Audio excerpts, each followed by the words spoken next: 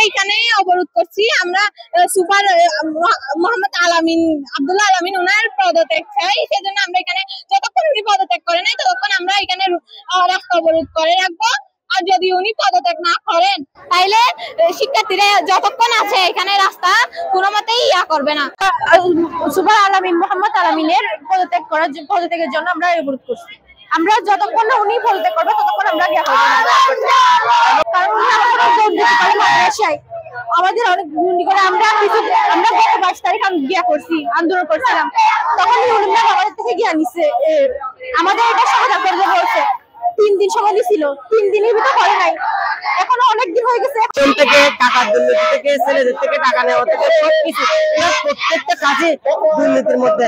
তাই আমরা না পেরে ওনার পদত্যাগের জন্য নামছি। ইনশাল্লাহ যতক্ষণ পর্যন্ত ওনার পদত্যাগ না হবে, আমাদেরকে যত হুমকি দেখ বা মারুক, যতক্ষণ পর্যন্ত ওনার পদত্যাগ না হবে আমরা ইনশাল্লাহ মাঠ থেকে যাবো না। এর আগে আমরা 2 সপ্তাহ নাকি মেবি 2-3 সপ্তাহ আগে আরেকবার আমরা মাঠে নেমেছিলাম।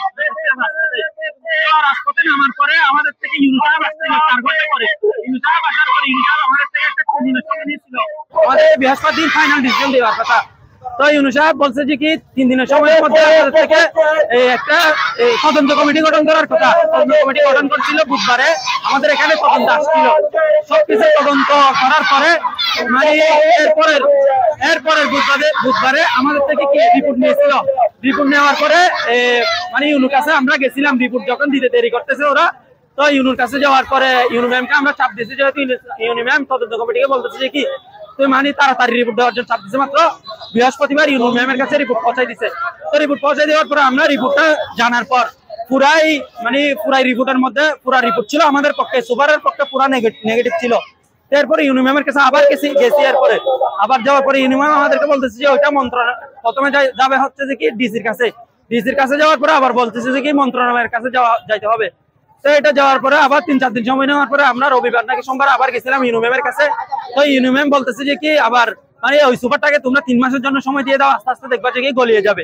তো এটার মানে হচ্ছে কি মানে আমাদেরকে বড় হয়ে যাচ্ছে। এটার জন্য আমরা তো আবার দ্বিতীয়বারের জন্য কর্মসূচি দিচ্ছে কি আমাদেরকে পুরাই মানে গাফিলতি করে নিচ্ছে ওরা। আমাদের আন্দোলনটা করেছে। আমরা হচ্ছে যে কি প্রথমে তো সুযোগ দিয়েছিলাম, ওরা সরকারি মানুষ আমাদেরকে যা বলছে বা বড় পদত্যাগ না হওয়া পর্যন্ত আমরা এই মাঠে অবস্থান নিব, থাকবো।